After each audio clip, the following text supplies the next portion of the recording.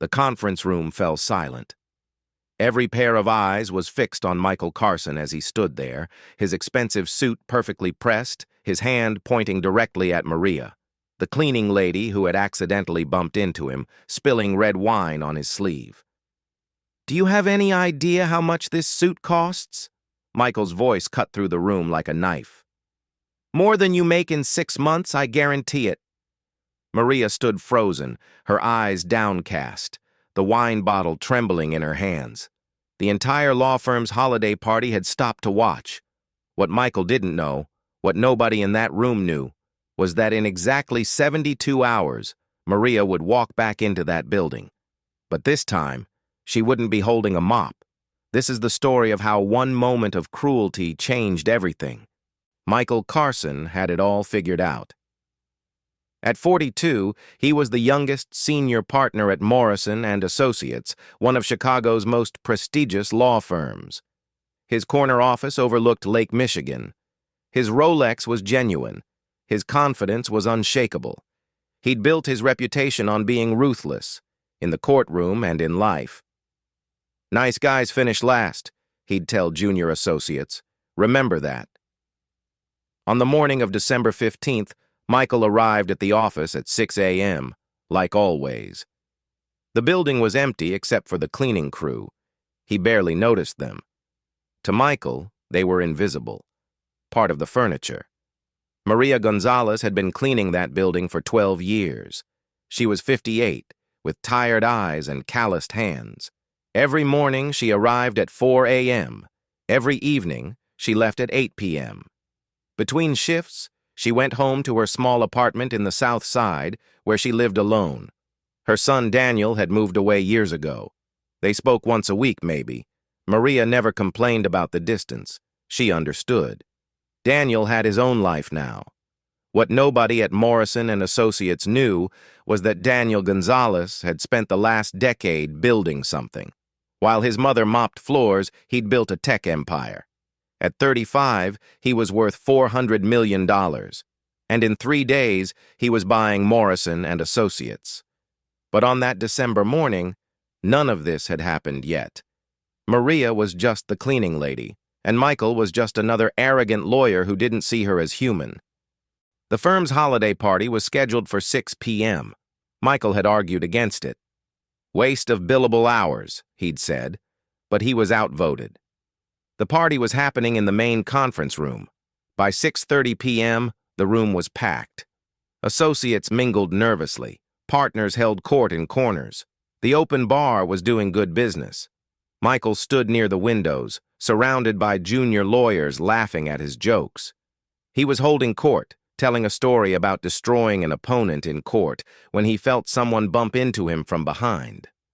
Red wine splashed across his white shirt and gray suit jacket. He spun around.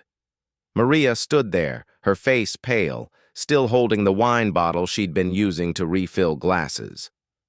"I'm so sorry, Mr. Carson," Maria stammered in accented English. "I didn't see—" "You didn't see?" Michael's voice rose. The conversations around them stopped. "You didn't see me standing right here? It was an accident." "An accident?" Michael pulled off his jacket, examining the stain. His face was red now, not just from the wine. "Do you have any idea how much this costs?" The room had gone completely silent. "This suit cost $8,000. $8,000. He held up the jacket, displaying the stain like evidence in court. "That's more than you make in 6 months, I guarantee it." Maria's eyes filled with tears. She tried to speak, but no words came. "You know what?" Michael continued, his voice dripping with contempt. "This is exactly why we need to review our cleaning contracts. We're paying for people who can't even walk straight." A few nervous laughs came from the crowd. Most people just stared at their drinks. Jennifer Morrison, one of the founding partners, stepped forward. "Michael, it was an accident." "An accident that's going to cost me money," Michael shot back.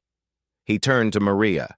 "Get out, and tell your supervisor I want you replaced. Permanently." Maria set down the wine bottle with shaking hands. She said nothing. She just turned and walked out of the conference room, leaving her cleaning cart behind. As the door closed, the party slowly resumed. People avoided looking at Michael. He didn't care. He went to the bathroom to assess the damage to his suit. Jennifer Morrison followed him out. That was completely unnecessary. It's an $8,000 suit, Jennifer. It's dry cleanable, and she's a human being. Michael shrugged. Maybe she'll be more careful at her next job? What Michael didn't see, what he couldn't have seen, was Maria in the service elevator, tears streaming down her face, pulling out her phone with trembling hands. She dialed a number she rarely called. Daniel? Her voice cracked. Mijo, I need to talk to you about something. Monday morning, 9 a.m.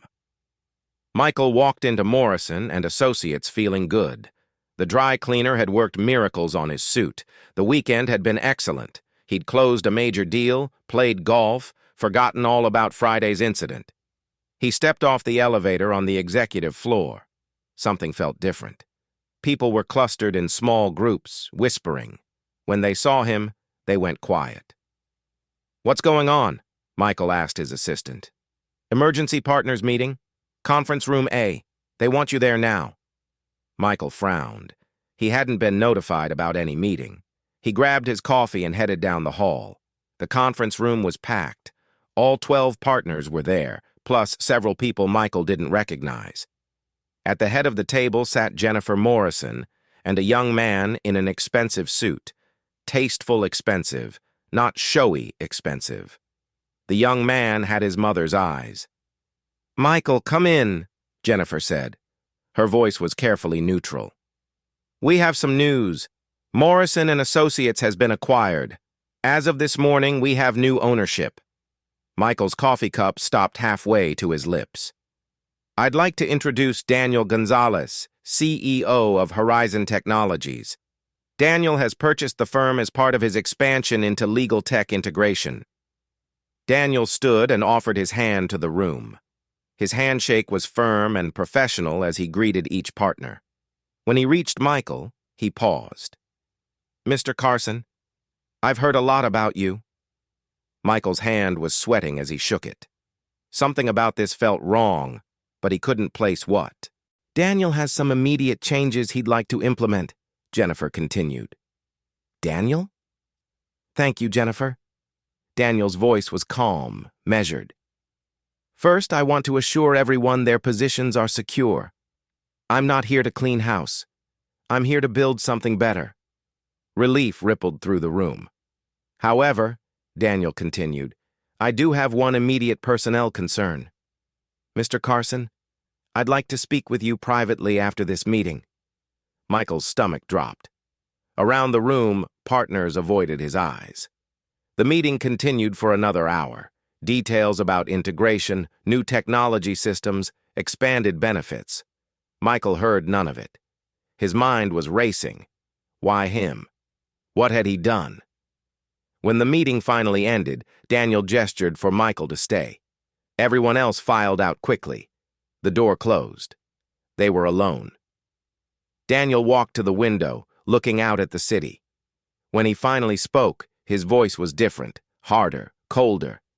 Do you remember Friday night, Mr. Carson? Michael's throat went dry. Friday? The holiday party, the red wine, the woman you humiliated in front of 40 people. Oh, God. That woman, Daniel continued, still not turning around, is my mother. The room tilted. Michael gripped the edge of the table. Maria Gonzalez. She's been cleaning this building for 12 years. Every morning at 4 a.m., she's here before any of you. Every night at 8 p.m., she's still here after most of you have left. Daniel turned now, and Michael saw anger burning behind his professional mask. She called me Friday night crying. Do you know the last time I heard my mother cry? When my father died? 15 years ago? Mr. Gonzalez, She didn't call to ask me to do anything about it. She called because she needed someone to tell her she wasn't worthless, that she mattered. That one man's cruelty didn't define her value as a human being. Michael opened his mouth. Nothing came out. I have a choice to make, Mr. Carson. Daniel sat down across from him. I can fire you right now. You publicly humiliated my mother. You demanded she be replaced. Seems fair to return the favor. Please, but I'm not going to do that. Michael looked up, surprised. You want to know why? Daniel leaned forward. Because my mother asked me not to. She said, and I quote, "He has a family, Daniel. Don't ruin his life because of one mistake." Michael felt something crack in his chest. So here's what's going to happen instead. You're going to personally apologize to my mother. Not because I'm ordering you to. Not because you're afraid of losing your job, but because it's the right thing to do. Daniel stood. She'll be in the building tomorrow morning at 4 a.m., like always. I suggest you be here too. He walked to the door, then paused. One more thing, Mr. Carson. The cleaning staff is getting a 40% raise across the board, and they're getting health insurance, real health insurance, not the bare minimum. If you have a problem with that, there's the door. Daniel left. Michael sat alone in the conference room for a long time. Michael didn't sleep that night. He lay in bed, staring at the ceiling, his wife asleep beside him. Her name was Sarah. They'd been married for 15 years. They had 2 kids, Emma, 12, and Lucas, 9. When was the last time he'd asked how Sarah's day was? Really asked, not just as a formality? When was the last time he'd eaten dinner with his kids on a weeknight? He couldn't remember. At 3:30 a.m., Michael got up. He didn't shower or shave. He just threw on jeans and a sweater, clothes he only wore on weekends, and drove to the office. The parking garage was empty. The building was dark except for a few floors where the cleaning crews worked. Michael had never noticed them before. Now he wondered how many people worked nights in this building that he'd never seen as human. He took the elevator to the executive floor. The lights were on. He could hear a vacuum cleaner running somewhere. He found Maria in his office. She was emptying his trash can. When she saw him, she froze. Mr. Carson. Her voice was carefully neutral. I didn't expect anyone this early. I needed to talk to you. Maria set down the trash can. She didn't say anything. She just waited. Michael had prepared a speech. He'd rehearsed it in the car. But standing here, looking at this woman, really looking at her for the first time, all his prepared words vanished. I'm sorry. His voice cracked. I'm so sorry for what I said.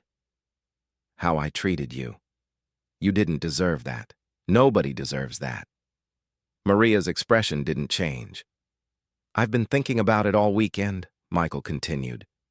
And I realized something. I don't even know your name. Not really. I've walked past you almost every day for...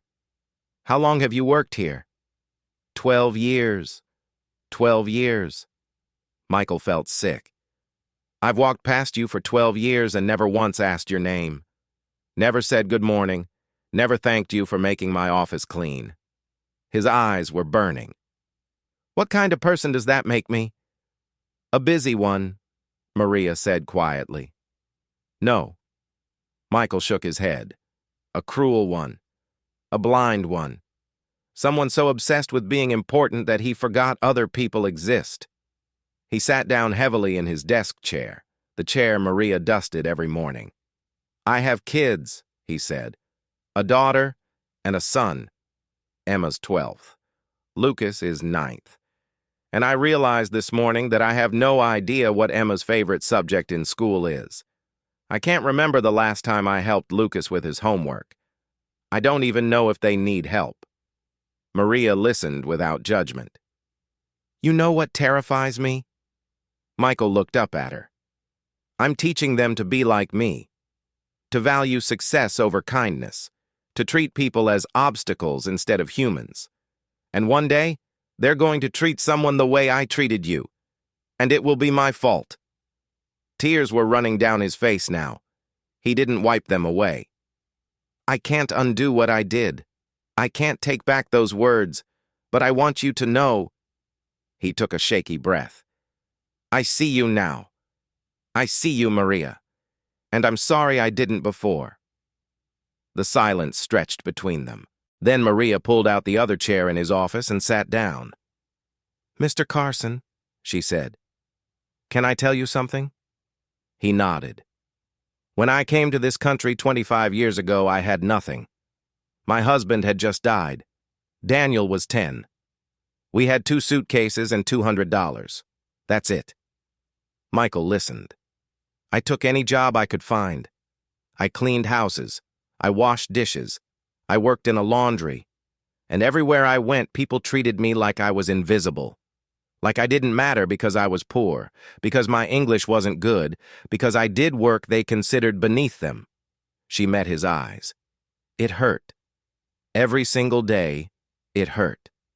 But I kept going because I had Daniel. I had to show him that dignity isn't about what job you have or how much money you make. Dignity is about how you treat people when nobody is watching, how you act when there's nothing to gain from kindness. Your son is remarkable, Michael said. He is. But you know what? A small smile touched Maria's lips. He wasn't always rich. He wasn't always successful. For a long time, he struggled. He worked 3 jobs to get through college. He slept in his car some nights. He knows what it's like to be invisible, too. She stood up. I accept your apology, Mr. Carson. But not because you're afraid of my son. I accept it because I can see you mean it. I do. But apologies are only the beginning. What matters is what you do next. Whether you learn from this. Whether you change. She picked up her cleaning supplies. My shift ends at 8. I usually go home and sleep for a few hours, then come back at 4 p.m. to clean the West Building. Tomorrow morning, I'll be back here at 4 a.m., like always. And the day after that, and the day after that. She paused at the door. The question is, Mr. Carson, will you see me? Really see me? Not just tomorrow, but every day after? Or will I become invisible to you again? She left. Michael sat alone in his office as the sun began to rise over Lake Michigan. 3 months later, Michael Carson walked into Morrison and Associates at 5 a.m. Maria was in the break room making coffee. When she saw him, she smiled. Good morning, Maria. Good morning, Michael. First name basis had taken 6 weeks, but they'd gotten there. I brought you something. Michael held out a thermos. Sarah made her special hot chocolate. She insists it's better than coffee. Maria laughed and accepted it. Tell her thank you. They sat together in the break room, something that would have been unthinkable 4 months ago, and talked. Maria told him about her grandson's birthday party. Michael told her about Emma's school play. These morning conversations had become routine. Michael came in early now, not to work, but to connect. He'd meet Maria, they'd talk for 20 minutes, then he'd head to his office. His billable hours had dropped. He didn't care. His marriage had improved. His kids actually talked to him at dinner. That mattered more. How's the foundation coming? Maria asked. Michael smiled. That was the other thing. He'd started a foundation, funded with a significant portion of his savings, to provide scholarships for children of service workers, janitors, cleaning staff, cafeteria workers, kids who were invisible, like their parents. Daniel had matched his donation, then doubled it. We've approved 15 scholarships so far, Michael said. There's a girl in Minnesota whose mother cleans hospitals. She wants to be a doctor. That's beautiful. It's a start. Michael finished his coffee. Speaking of which, I have a settlement conference at 9. But I wanted to ask you something first. What's that? Would you and Daniel like to come to dinner next week? Sarah's been asking. The kids, too. Emma wants to hear stories about Daniel when he was younger. Maria's eyes shone. We'd love that. As Michael walked to his office, He passed other early morning cleaners. He knew all their names now. Roberto, who'd just become a grandfather. Lynn, who was taking night classes in accounting.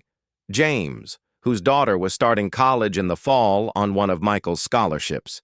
He said good morning to each of them. It took an extra 5 minutes. It was the best 5 minutes of his day. In his office, Michael looked at the photo on his desk. It was new, taken last week at Emma's school play. Sarah, Emma, and Lucas, all smiling. A real smile this time, not the forced ones from holiday cards. On his computer, he had an email draft open. He'd been working on it for days. It was to the managing partners, proposing a new initiative, paying all service staff a living wage, plus full benefits, plus tuition assistance for their children. It would cost the firm millions. Michael didn't care. He clicked send. His phone buzzed. A text from Jennifer Morrison. "Bold move. I'm voting yes. Well done, Michael." Another text, this one from Daniel. "Mom told me about the dinner invitation. Looking forward to it. Also, saw your proposal. I'm impressed." Michael smiled. He opened his calendar. He had a full day ahead, 3 depositions, 2 client meetings, a settlement conference. But tonight he'd be home for dinner at 6 p.m., and tomorrow morning he'd be back here at 5 a.m. to have coffee with Maria. The old Michael would have called this a waste of time, would have said it hurt his career, his earning potential, his reputation as ruthless. The new Michael knew better. He'd learned that reputation meant nothing if you had to become someone you hated to earn it. That success meant nothing if you had to step on people to achieve it. That money meant nothing if you lost your humanity to gain it. He'd learned all this from a woman he'd once called invisible. Maria had been right. The apology was just the beginning. What mattered was what came next. And what came next was a life Michael actually wanted to live. 6 months after that December night, Morrison and Associates, now officially renamed Morrison Gonzalez Associates, won an award for workplace equity and employee treatment. Michael didn't attend the ceremony. He was at Lucas's soccer game. But Maria was there. She accepted the award on behalf of all the cleaning staff who'd worked in that building for years, unseen and unappreciated. "This award isn't about one person changing," she said in her speech. "It's about what's possible when people choose to see each other. Really see each other, not as titles or positions or income levels, but as human beings." The audience gave her a standing ovation. In the back of the room, Daniel Gonzalez stood next to Jennifer Morrison, both of them clapping. "Your mom is incredible," Jennifer said. "I know," Daniel replied. "She always has been. Some people just needed to open their eyes to see it." That night, Michael and his family had dinner at Maria's apartment. Sarah brought her famous lasagna. The kids brought homework questions for Daniel, who'd quickly become their favorite person. As they sat around Maria's small table, eating and laughing and talking, Michael thought about that December night, about the man he'd been, about the moment that changed everything. He thought about red wine spilling on an expensive suit, and how the most valuable things in life can't be dry cleaned or replaced or measured in dollars. He thought about a woman he'd called invisible, who turned out to be the most important person he'd ever meet. And he thought about second chances, how rare they are, how precious, how transformative when you actually take them. "Thank you," he said suddenly. Everyone looked at him. "Thank you, Maria," he continued, his voice thick with emotion, "for giving me a second chance, for teaching me what actually matters, for showing me how to be human again." Maria reached across the table and squeezed his hand. "We all deserve second chances, Michael. The question is whether we have the courage to take them."